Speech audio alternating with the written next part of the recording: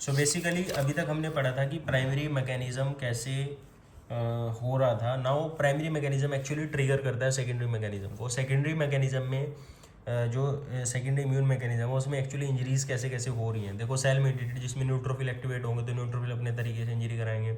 Macrophages, lymphocyte, platelet, messengers, similarly जो oxygen derived radical, proteolytic enzyme, cytokine, TNF, ये सारी चीज़ें निकलेंगी और ये इंजरी कराएंगी। बेसिकली ऐसे होती है चीज़ें। कैसे होता है now let's see. This is the endothelium, this is the glomerular vessel, this is the podocyte. अब हो क्या रहा है यहाँ पे देखो, क्लासिकल कॉम्प्लीमेंट एक्टिवेशन हो रहा है। क्लासिकल पाथवे दिख रहा है आपको, C1, C4B, C2B। इनिशियली क्या करेगा ये, C3B को एक्टिवेट करता है और C3B इन तीनों के साथ मिलके बनाता है C5 कन्वर्टेज और ये कराता है किसको, C5B को एक्टिवेट। और जो C5B है C6, 7, 8, 9 मिलके मेम्ब्रेन अटैकिंग कॉम्प्लेक्स है और इसकी मतलब क्या कराएगा, ब्रेकेज करा देगा। अच्छा, एट द सेम टाइम जो कि C3A, C3B के साथ C3A इधर निकलेगा, दैट इज C3A, इधर की तरफ क्या निकलेगा, C5A। तो C3A C5A भी कुछ फंक्शन कर, ये लोग यहाँ से निकलेंगे, जाएंगे, स्टिमुलेट करेंगे मास्ट सेल्स को और मास्ट सेल से रिलीज करता है प्रोस्टाग्लैंडिन, प्लेटलेट एक्टिवेटिंग फैक्टर, है ना, एक्स्ट्रा जितनी भी चीज़ें इन सबको एक्टिवेट करेंगे उसकी वजह से आपकी इंजरी प्रोसीड होगी। कैसे कैसे इंजरीज प्रोसीड होती है, अलग अलग सेल। सबसे पहले एंटीजन एंटीबॉडी वाला कॉम्प्लेक्स आया, ठीक है, ये कहाँ पे आया, बेसमेंट मेम्ब्रेन में, प्राइमरी मैकेनिज्म की वजह से। ऑब्वियस सी चीज़ है, आपका antigen antibody complex basement membrane में पड़ा हुआ है, प्राइमरी मैकेनिज्म वाला जो था। अब यहाँ से क्या होगा, सेकेंडरी मैकेनिज्म को एक्टिवेट करेगा। जैसे फॉर एग्जांपल इसने सेकेंडरी मैकेनिज्म में कॉम्प्लीमेंट एक्टिवेशन कराया।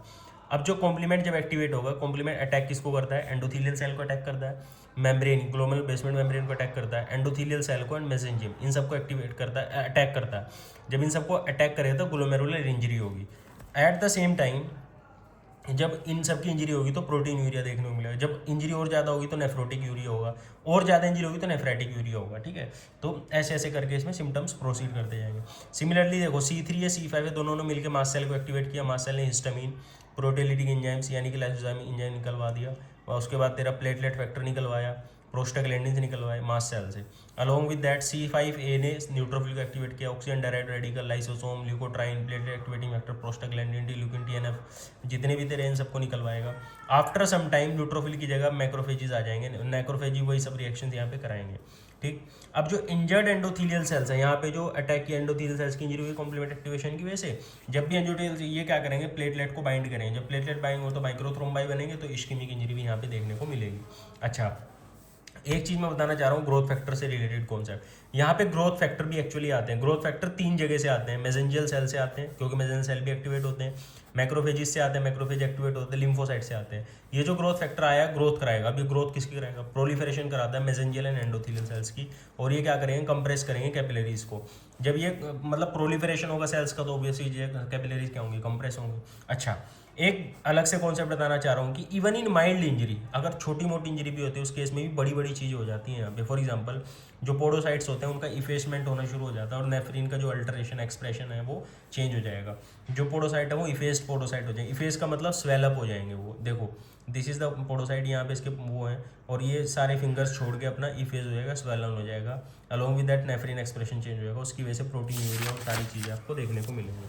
Now the second thing is the morphological change in the glomerular. तीसरा जो इसमें हम देख रहे थे कि मॉर्फोलॉजिकली क्या क्या किडनी के अंदर देखने को मिलता है। सिंपल सी चीज़ है, अगर पूरा इन्वॉल्व है तो ग्लोबल है, अगर आधा है तो सेगमेंटल है, अगर सारे के सारे हैं किडनी के तो डिफ्यूज है, और अगर आधे हैं तो फोकल है, ठीक है। तो इस तरीके से हम अलग अलग टर्मिनोलॉजीज यूज़ करते हैं इसमें, ठीक।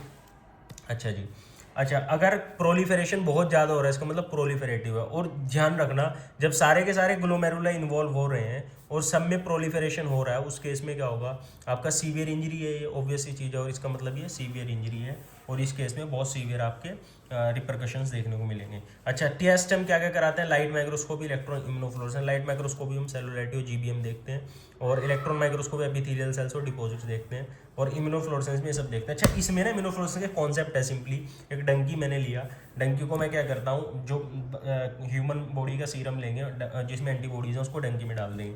जब हम एंटीबॉडी वाला जो सीरम है वो डंकी में डालें तो ये एंटी ह्यूमन बॉडीज़ बनाएगा, यानी कि हमारी एंटीबॉडीज़ के अगेंस्ट में एंटीबॉडी बनाएगा। और वो जो एंटीबॉडीज़ है उन्हें हम निकाल लेते हैं एक बोतल में, देखो ये मैंने निकाल दी है, और इस पर हम एक फ्लोरोसेंट मटीरियल ऐड कर देते हैं, लाल लाल वाला जो ऐड किया है, ठीक है। अब ये जो एंटीबॉडी जो हमने डंकी से निकाली, यानी कि हमारी जो एंटीबॉडीज़ है उन पे अटैच हो सकती हैं, प्लस ये इम्यूनोफ्लोरेसेंट। तो जहाँ जहाँ भी एंटीबॉडीज होंगी वहाँ अटैच करके फ्लोरोसेंट लाइट डाल के हम चेक कर सकते हैं कि ये वाली एंटीबॉडी प्रेजेंट है कि नहीं। सिंपल सा मैकेनिज्म यही है इसमें।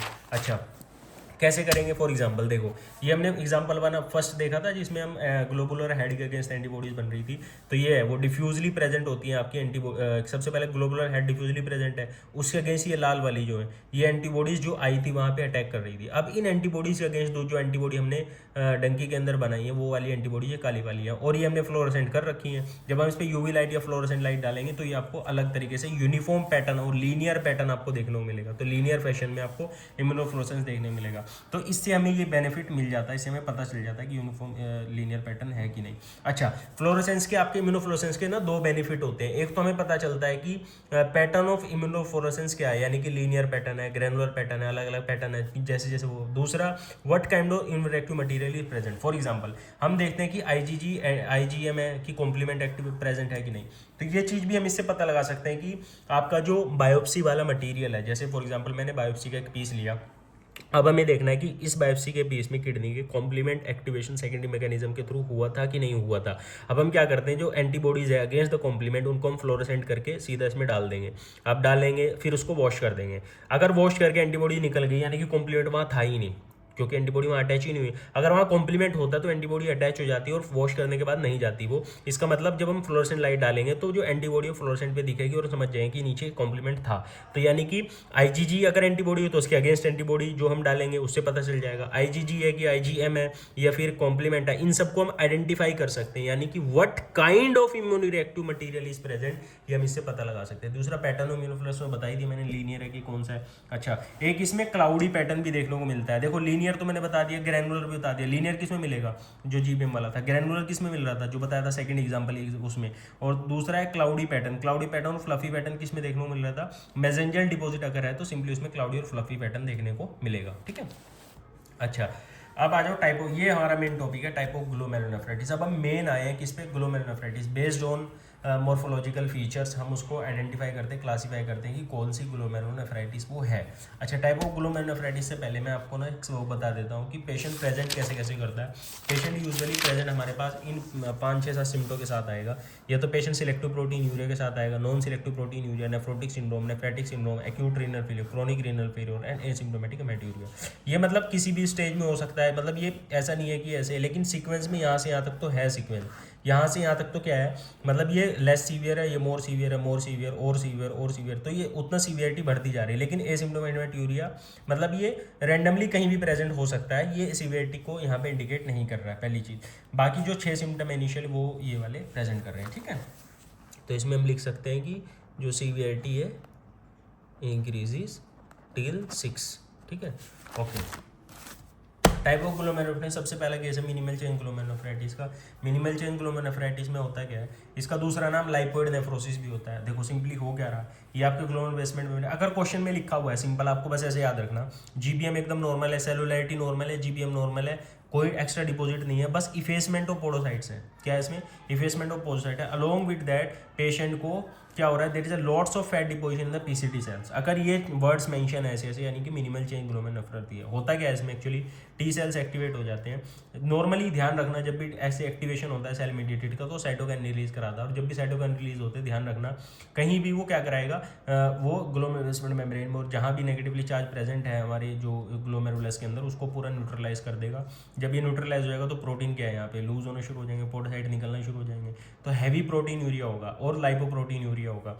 यानी कि जो प्रोटीन और लाइपोप्रोटीन है वो यहाँ से निकल रहे होंगे। जब प्रोटीन लाइपोप्रोटीन यहाँ से निकल रहे होंगे तो ये प्रोटीन को तो डाइजेस्ट कर देगा लेकिन लाइपोप्रोटीन को नहीं कर पाएगा, तो लाइपोप्रोटीन यहाँ पे डिपॉजिट होना शुरू हो जाएगा। जब लाइपोप्रोटीन यहाँ पे डिपॉजिट होगा, फैट है actually, lot of fat deposition, इसी को बोलते हैं लाइपोइड नेफ्रोसिस, इसलिए इसका दूसरा नाम लाइपोइड नेफ्रोसिस भी होता है। तो मिनिमल चेन डिजीज है, ठीक है। कीवर्ड्स याद रखना, सेलुलरिटी नॉर्मल है, GBM की थिकनेस नॉर्मल है, इम्यूनोफ्लोरेसेंस में डिपोजिशन कुछ भी नहीं है, इफेसमेंट ऑफ फूड प्रोसेसेस है, but along with that lots of fat आपको डिपोजिशन देखने को मिल रहा है पीसीटी सेल्स के अंदर, तभी ये मिनिमल चेंज ग्लोमेरुलर। अच्छा, मिनिमल चेंज ग्लोमेरुलर से क्योंकि ये माइल्ड डिजीज होती है, तो इसमें जो ये वाले सिम्टम्स है उसमें सबसे लास्ट में बताया मैंने सिम्टम, उसमें से selective proteinuria nephrotic syndrome यानी कि शुरुआत वाले सिम्टम्स इसको देखने को मिलेंगे। अच्छा, एक चीज़ हमेशा याद रखना, most common cause of minimal change disease in children, most common cause of nephrotic syndrome in children जो है वो मिनिमल चेंज डिजीज होता है। ठीक है, यानी कि अगर मेरे पास 100 चिल्ड्रंस आए हैं नेफ्रोटिक सिंड्रोम के फीचर्स के साथ, तो उनमें से मोस्ट ऑफ द बच्चे जो होंगे वो मिनिमल चेंज डिजीज होंगे। अच्छा, अच्छी चीज़ क्या है? अच्छी चीज़ ये होती है कि ये बहुत अच्छा रिस्पॉन्ड करते हैं स्टेरॉइड पे। इसका मतलब जब ये बहुत अच्छा रिस्पॉन्ड स्टेरॉइड में कर रहे हैं तो ये बच्चों को हम यूजुअली स्टेरॉइड से ट्रीट करते हैं। तो God has been very merciful to the children, तो ये ऐसे याद रख लेना इसको। दूसरी बीमारी हम बताते हैं फोकल सेगमेंटल। अच्छा, कुछ नहीं है, मैं बीमारी का नाम पहले नहीं बता रहा हूँ, अप्रोच कर रहे हैं हम सिंपली एक पेशेंट को। Let's look at another patient. Simply क्या है, इस पेशेंट के अंदर क्या होते हैं, जो जस्टा ग्लोमेरुलर वाले जो ग्लोमेरुलाई थे मेनली वो अनहेल्दी हैं, वो डिजीज्ड है। यानी कि उनमें क्या देखने को मिल रहा है, देखो सबसे पहले ग्लोमेरुलर बेसमेंट मेम्ब्रेन नॉर्मल है, इफेसमेंट ऑफ फूड प्रोसेसेस है। तीसरी चीज़ क्या होगी, कुछ कैपिलरीज नॉर्मल थी और कुछ कैपिलरीज आपकी स्क्लेरोड हेलानाइज थी। ठीक है, ठीक है, यानी कि फ्यू ग्लोमेरुलस को इन्वॉल्व कर रहा है और पार्शियली इन्वॉल्व कर रहा है। तो ये क्या हो गई, फोकल हो गई और सेगमेंटल हो गई, क्योंकि फ्यू ग्लोमेरुलस को इन्वॉल्व कर रहा है और पार्शियली यानी फोकल सेगमेंटल हो गई। और ग्लोमेरुलोनेफ्राइटिस तो है ये, तो यहीं से इसका नाम आ गया।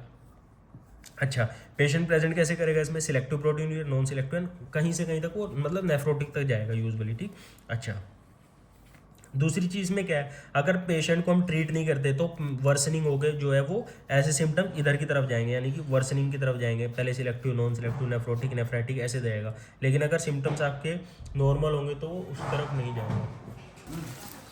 Now let us come on membranes glomerulonephritis. Membranes glomerulonephritis में भाई देखो क्या होता है, आपके पास पेशेंट आएगा, बायोप्सी में आपको क्या देखने को मिलेगा, you will find mesangium is normal, cellularity is normal और GBM is 5 to 10 time thicks. ये 3 वर्ड ध्यान रखें। देखो जीबीएम आपकी ठीक है इसमें और मेसेंजियम नॉर्मल है। ठीक है, सब एपिथेलियल डिपॉजिट्स जिसमें देखने को मिल रहे हैं ये वाले, ठीक है, प्लस स्वोलन पोडोसाइट्स इसमें देखने को मिल रहे हैं। ठीक है, और ये जो डिपॉजिट्स होते हैं ना, these are actually immune complex, जैसे कॉम्प्लीमेंट हो सकता है, आईजीजी हो सकता है, एंटीजन हो सकता है। तो ये क्या देता है, ग्रैनुलर पैटर्न देता है इम्यूनोफ्लोरेसेंस पे। और इन डिपॉजिट्स के बीच बीच में जो ये this is the glomerular basement membrane, जो इसके मटेरियल्स होते हैं ना वो स्पाइक्स बीच बीच में आ जाएंगी, दिस इज द स्पाइक्स होते हैं। और ये हो गया तेरा डिपॉजिट, ये हो गया। देखो स्पाइक एंड डोम पैटर्न आपको देखना, सब epithelial deposit start irritating the swollen podocyte. मतलब होता क्या है, जो तेरे सब एपिथेलियल डिपॉजिट्स होते हैं ये वाले, ये क्या इसको स्टिमुलेट करेंगे, इसको इरिटेट करना करेंगे। ये क्या करेगा, जो आपका ग्लोमेरुलर बेसमेंट मेम्ब्रेन का जो मटेरियल है उसको आपके क्या करेगा, प्रोलिफरेट कराना शुरू कर देगा। और ये प्रोलिफरेशन के बाद बीच में आ जाएगा पूरा, एंड बिकम स्मॉल, और it is called as membrane selective proteinuria nephrotic syndrome. इन सब के साथ आएगा पेशेंट।